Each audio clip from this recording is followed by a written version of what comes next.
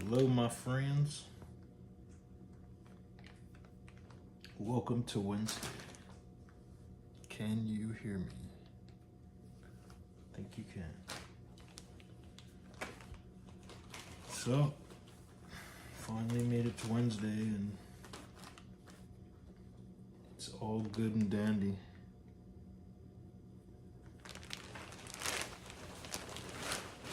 And I discovered what kind of plant I'm going to grow.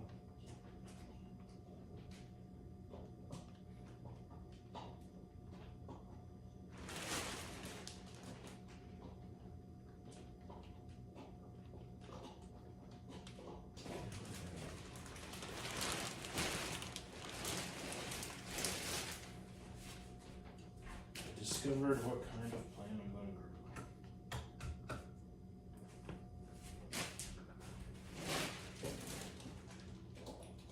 Another plant.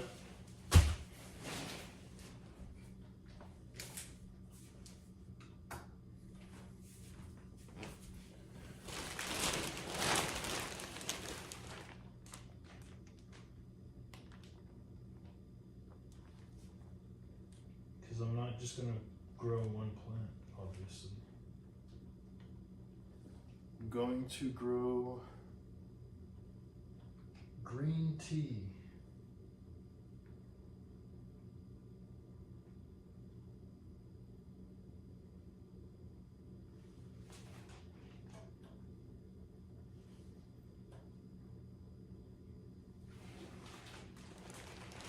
Green tea is going to be another crop that I grow on mine. Well, actually, I can technically grow it on both properties. So I just have to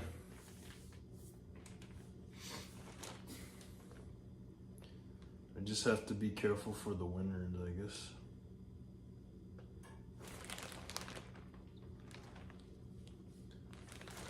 That's why I got a background full of green tea.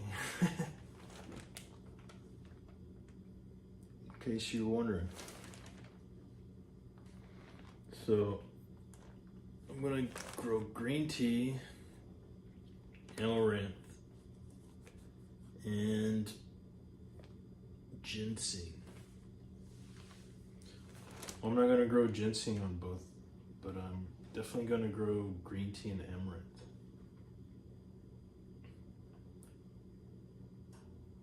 So I'm excited about that. And I'll also have a polyculture pond on one of my other properties, the one that's not in the desert. Yeah. Because I have a property that is basically in the desert, but it's in the fertile part of the desert. So it's not like super deserty, but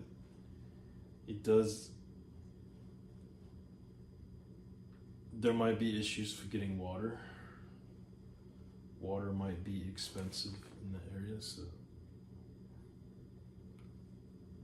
I don't know how I'm gonna do that with green tea. I might not be able to do green tea because I think green tea needs humid. It needs it to be pretty humid. But I don't know if I put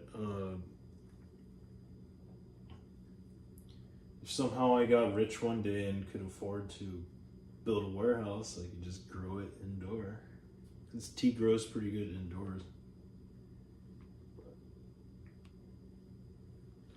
But I don't know.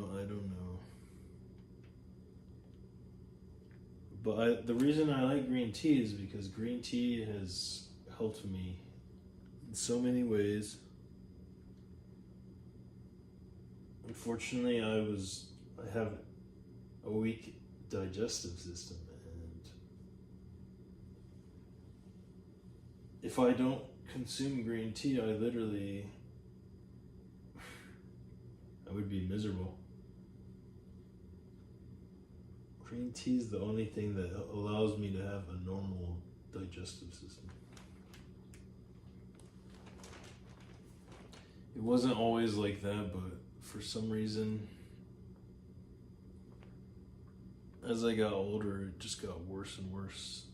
And now the only way I can even have a normal, behaving digestive system is with green tea. But that's good because consuming green tea is really good for you. So I think it's kind of a blessing in disguise to be able to have to consume green tea.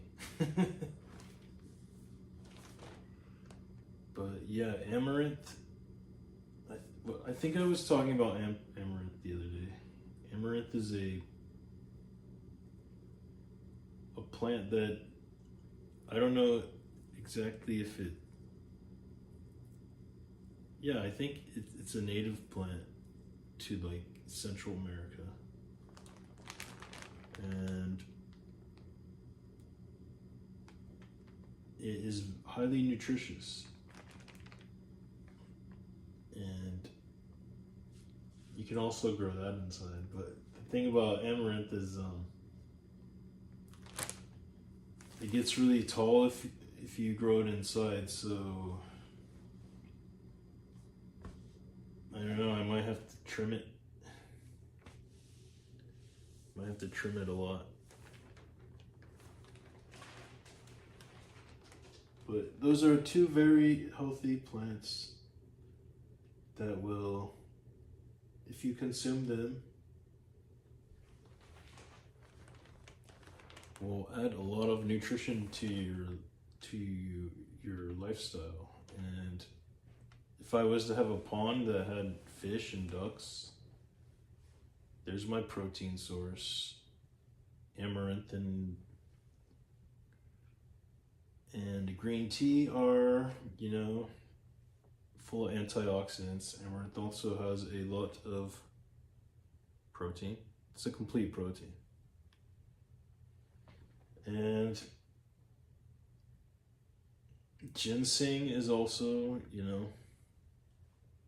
it's good for having energy, and it's good for circulation.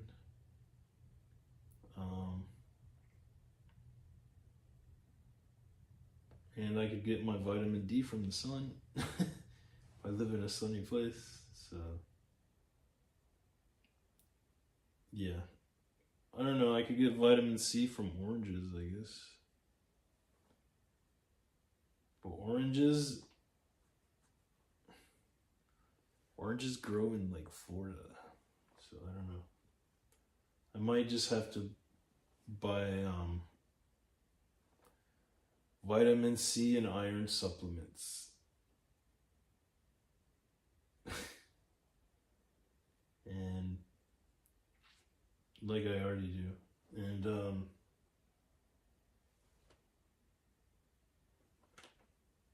then I can just get the rest of my nutrients from the amaranth, the green tea, and the fish and ducks and amaranth. I haven't really even researched what vitamins amaranth has. But yeah, the only vitamins I really need are iron and vitamin C, I guess. But I don't know. The more I research, maybe I'll discover something that is rich in those vitamins that I can grow also. It would be cool to completely live off of something that was like self-contained, that you grow your own food and you don't ever have to leave.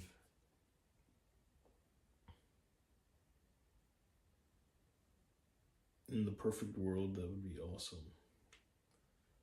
But of course you need money, so But if I had everything I needed on the property, all I would have to pay is taxes. Taxes and maintenance. So it would definitely cut down costs. I wonder how these off-grid people do it. I should also research that, how these off-grid people live their lives. Hey guys, I see people are in here. You can say hi. I do pay attention to the chat. I do like to talk to people too. But yeah. So green tea, amaranth, pond with bluegill fish, and whatever duck lays a lot of eggs. And yeah, of course I have to keep the pond full with water as much as possible.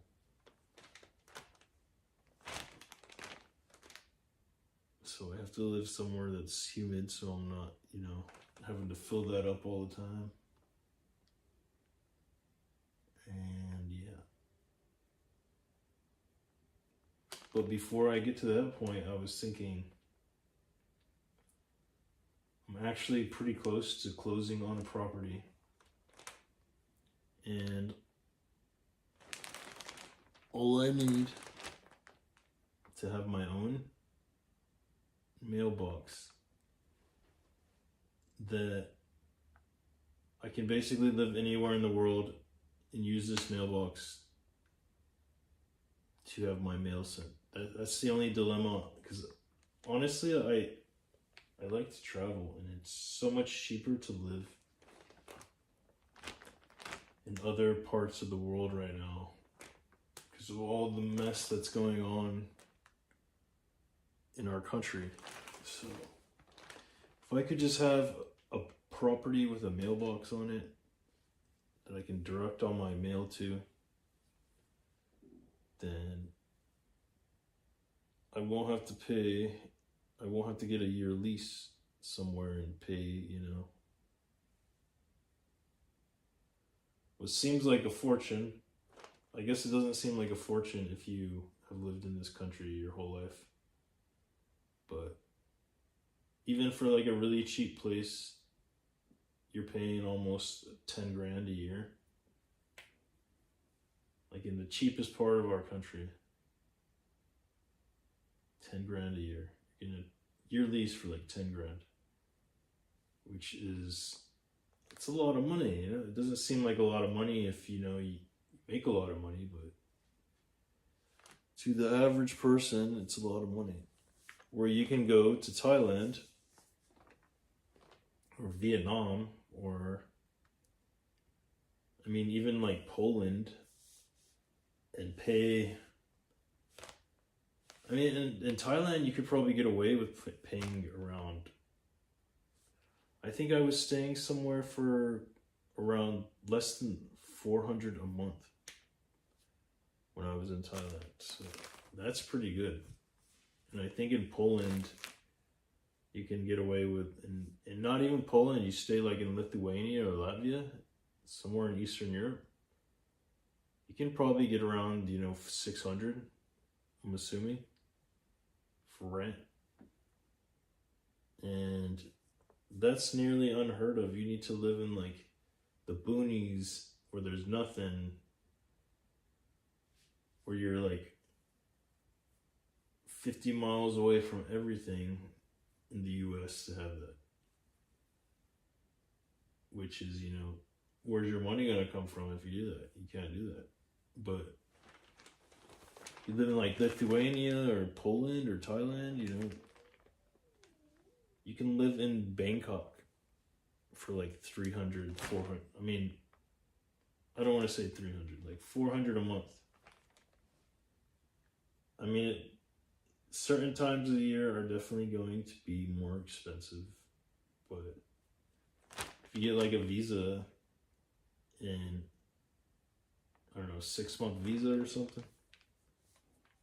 You could probably secure a place for like $400 a month. So, yeah. In Vietnam, probably cheaper. I haven't been to Vietnam yet, but I do plan to go. But it's just ridiculous how greedy landlords are getting. Nobody cares about the little people anymore. I'm getting kind of fed up with it. And it's nice traveling, experiencing. It is a bit stressful, but you know, if you're like me and you do fighting or martial arts, you compete in like kickboxing around the world, then you can, you can fight all over the world, because kickboxing is a really big sport, and Muay Thai is also a big sport in other parts of the world. And boxing is also, I think boxing is a bit more dangerous though, because they have more rounds. So I've seen people get hurt a lot more in boxing, just in my experience, because some events that I go to, that I've participated in, they had also boxing matches on top of kickboxing matches. So I actually saw somebody when I competed last time get knocked out in a boxing match, and it was kind of scary because they brought him over by me. He was like pretty rattled and sat him down, and I got out of the way immediately because I saw the guy was hurt. But boxing is pretty brutal. And MMA, I might do MMA. I might do one fight in MMA before I stop fighting, whenever that is. Just because I was a wrestler when I was younger. I spent many years learning how to wrestle. And I've spent many years doing BJJ also. But the thing about BJJ is it's very, I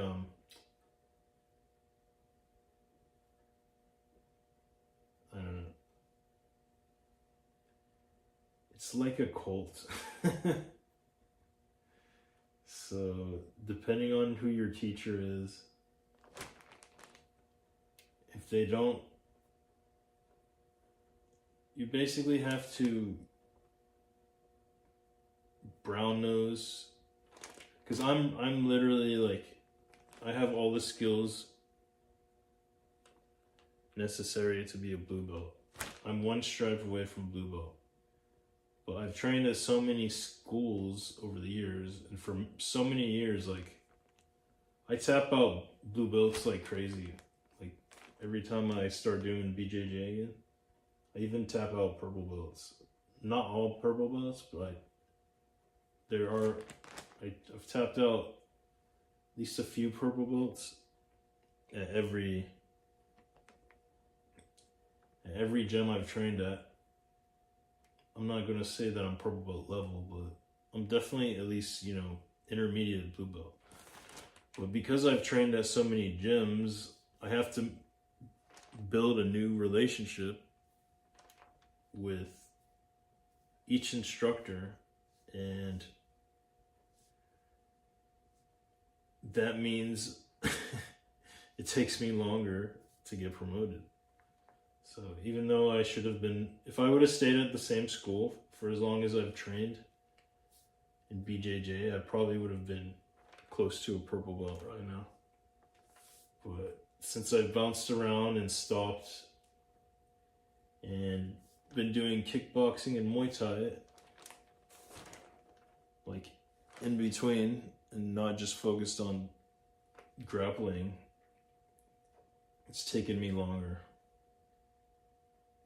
Which is frustrating, but when you have a lifestyle like mine where, you don't really, like, I'm not a doctor, I'm not a engineer. I don't have a high level degree, so I have to figure out ways to pay the bills. So I can't just stay at one school. So what I've been doing is just taking breaks to make money, and then when I save up a certain amount of money, I train for like, 3 months here and 3 months there. And that's kind of like where I'm at. And the great thing about Muay Thai is, and kickboxing is, I can still, when I take time off, I can still, focus on my techniques. But with BJJ, you have to have a partner, I guess there's some people that have dummies and they train with dummies. But it's really not the same as having a partner. But I mean, also with kickboxing, it's good to be sparring also. And I had a pretty good thing at one point where I was living before, where I was able to go and spar 2 gyms for free. So they always had like a day that everybody sparred once a week. And they would let me spar free because, I'm somewhat experienced. But now I just moved to a new city, so I have to build brand new relationships. But it is what it is. But honestly, I don't think I'm going to compete in the US for a while. I already competed twice in the US, and I think I'm just going to focus on competing overseas for a bit. And then when I feel like I'm pretty confident competing overseas, I might do a match or 2 in the US. But I don't plan on doing that for at least like a few years. But it is what it is. I keep saying that, but it's the truth. Alright, looks like we already got about 25 minutes in, so I think I'll cut it short. I got some stuff I gotta do anyways, but thanks for listening to my ramblings. I'll see you next stream. Adios.